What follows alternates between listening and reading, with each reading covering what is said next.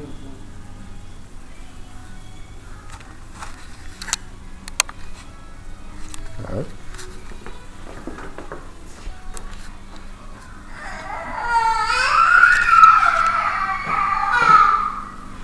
Good afternoon, everyone.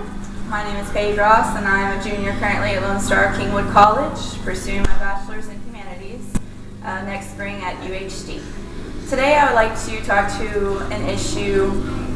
about an issue that I personally feel very strongly about, and it has to do with animals.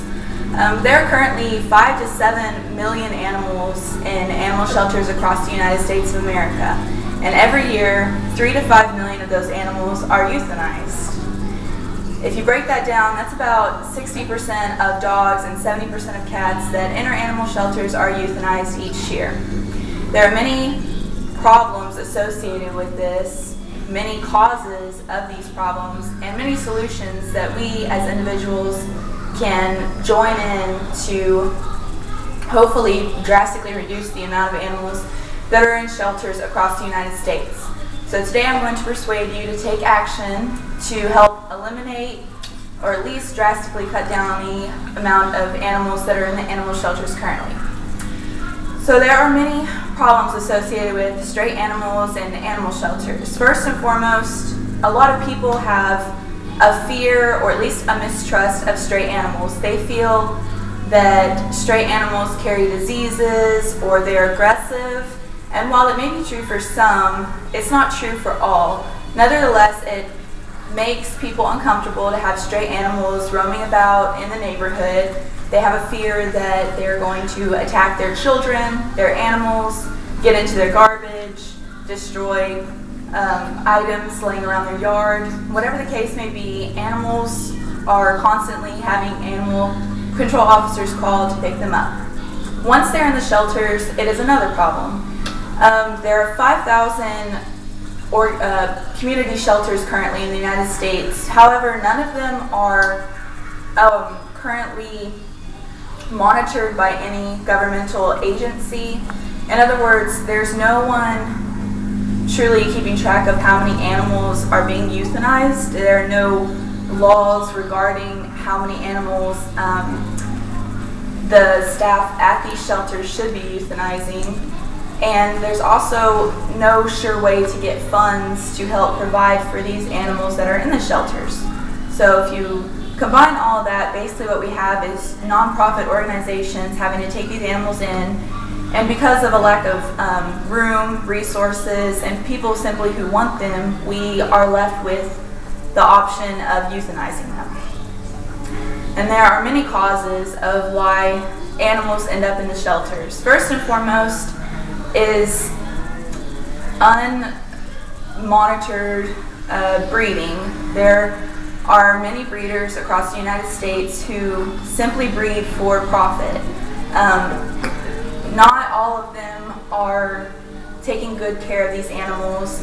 There are many so-called puppy mills across the United States. Many of them we don't know about. They're done in secret, but nonetheless, they are not being regulated, and the conditions usually for these animals are pretty horrible.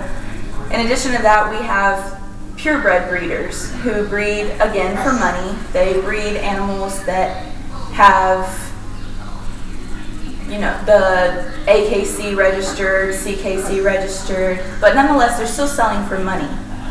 Why we are adopting animals from breeders and puppy mills whenever there's 4 or 5 million animals sitting in shelters across America is a reason for the overpopulation of animals.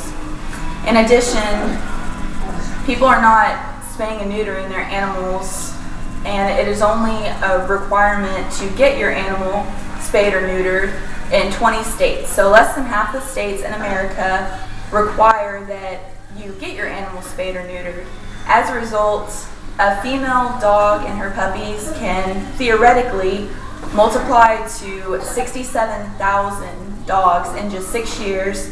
Likewise, a female cat and her kittens can multiply to over 400,000 cats in just 7 years.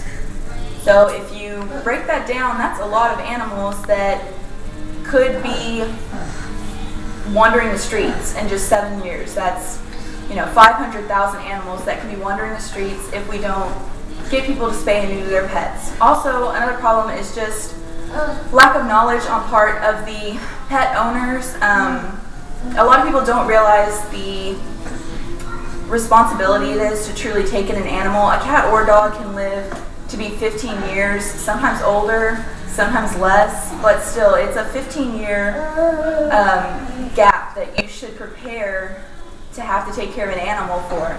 So children are born into families. If the dog happens to be a digger or a barker or a biter, people's first resort often is just to take it to an animal shelter because they believe that the shelter will find a home for their dog, but the case is not that at all.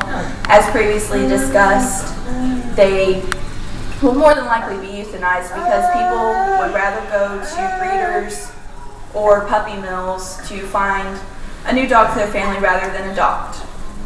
And there are many solutions for these problems on local levels, state levels, and national levels. The first thing is globally we can all unite to have sympathy towards animals. We can agree to not resort to dumping our animal at a shelter the first minute it causes us problems. We can all agree to spay and neuter our animals. We can find other resources if we're having problems with our animals.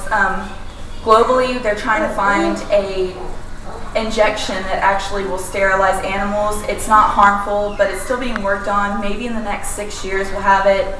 It's a lot simpler than having to surgically remove the reproductive organs of an animal, and we can actually do the what they like to call trap, neuter, release, essentially, where they catch stray animals, neuter or spay them, and then release them back out to the wild. And although those animals will not have a permanent home, they at least will not be able to reproduce. On a state level, we can push for legislative laws that require animals to be spayed and neutered, that require breeders to be licensed. On a personal level, I have a cat and dog that are both spayed and neutered. I refuse to buy an animal if I was looking for one in the future from anywhere other than a shelter, and I refer every friend that's looking for an animal to the shelters. Hopefully through all these measures and knowledge, we can all cut down drastically on the number of animals that are currently roaming around or being stuck in shelters in America. Thank you.